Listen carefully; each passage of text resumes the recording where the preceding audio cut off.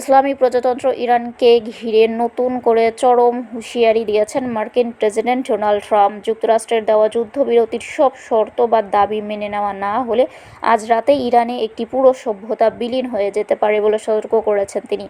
মঙ্গলবার নিজের সামাজিক যোগাযোগ মাধ্যম ট্রুথ সোশ্যালে দেওয়া এক পোস্টে ট্রাম্প এই হুমকি দেন। মার্কিন মিডিয়া ওয়াল স্ট্রিট জার্নালের প্রতিবেদনে জানানো হয়, ট্রাম্প ভয়াবহ সতর্কবার্তা দিয়ে বলেছেন, ইরান যদি যুক্তরাষ্ট্রের সব শর্ত মেনে না নেয় তাহলে মঙ্গলবার দেশটিতে একটি আস্ত সভ্যতার মৃত্যু ঘটতে পারে। পোস্টে ট্রাম্প লিখেছেন, আজ রাতেই একটি আস্ত সভ্যতা মারা যাবে, যা আর কোনো দিন ফিরে আসবে না।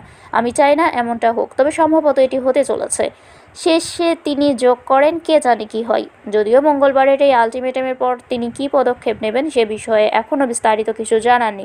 এর আগে ট্রাম্প হুঁশিয়ারি দিয়ে বলেছিলেন, যুক্তরাষ্ট্রের সামরিক বাহিনী ইরানের সেতু, বিদ্যুৎ কেন্দ্র সহ গুরুত্বপূর্ণ বেসামরিক অবকাঠামোতে হামলা চালিয়ে দেশটিকে পাথর যুগে পাঠিয়ে দিতে পারে। তেহরানকে শর্ত মানতে মঙ্গলবার পর্যন্ত নির্দিষ্ট সময়সীমা বেঁধে দিয়েছেন তিনি। সেই সময়সীমা শেষ হওয়ার মাত্র কয়েক ঘণ্টা আগেই এই চরম হুঁশিয়ারি দেন ট্রাম্প। শারমিন শিমু, বরেন্দ্র টেলিভিশন।